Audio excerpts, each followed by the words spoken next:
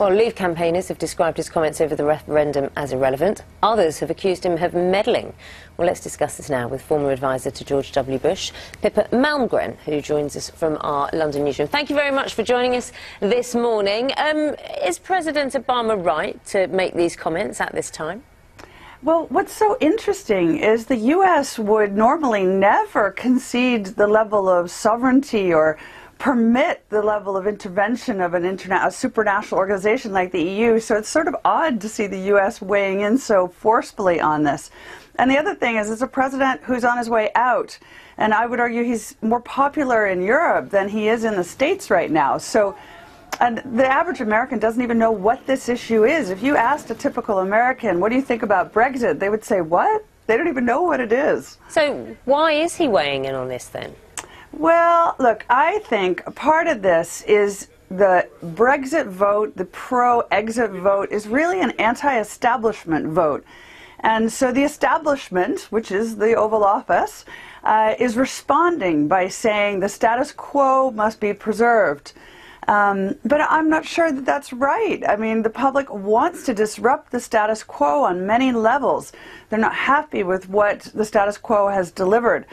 So I'm not sure that it really will make a material difference to the voters in this country whether the president likes Brexit or not. You know, as a former advisor to a serving president, would you say this is a good strategy to employ?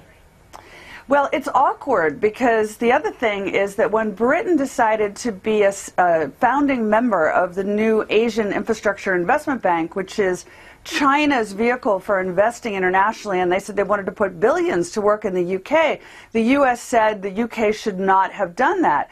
And yet they want the UK to be one of the principal contributors to the financing of the EU, because the only two countries that pay a positive balance in are Germany and the United Kingdom.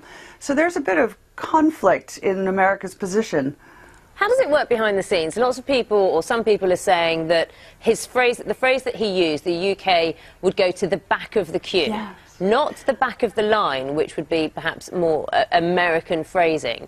How does this work when it comes to how Downing Street could influence a speech that a US president is making? Well, I think that's precisely what's happened. Downing Street has basically said, do us a favor and just say a couple of words about why this is not a good idea. It's just designed to shore up the Prime Minister's position. But the bottom line is that the public in this country have not decided, and they probably don't have enough facts. My own opinion is that Britain will be fine either way, but the path will be very different if it's out than if it's in. But it's not like one direction is a disaster and the other is a guaranteed success.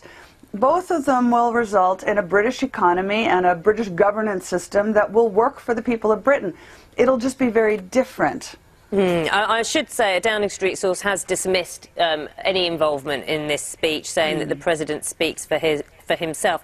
Although there are some comments or some observers who say that White House staff would have been a bit uneasy about this. How would that feed back to him? Well, I think that's exactly right. I mean, whenever the president weighs in on domestic sovereign issues for other nations, there's always a bit of discomfort.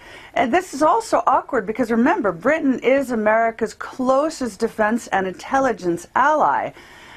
So to weigh in on its domestic decision-making is awkward. I mean, let's reverse it. If the Prime Minister made a comment about America negotiating in a free trade agreement, for example, like NAFTA, you know, Americans would be like, who is this guy? Why is he commenting on our situation?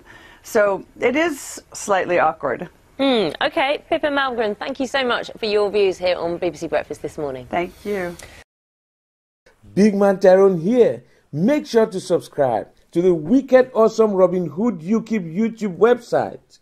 He exposes the leftist crops on the British brainwashing corporation. Nice.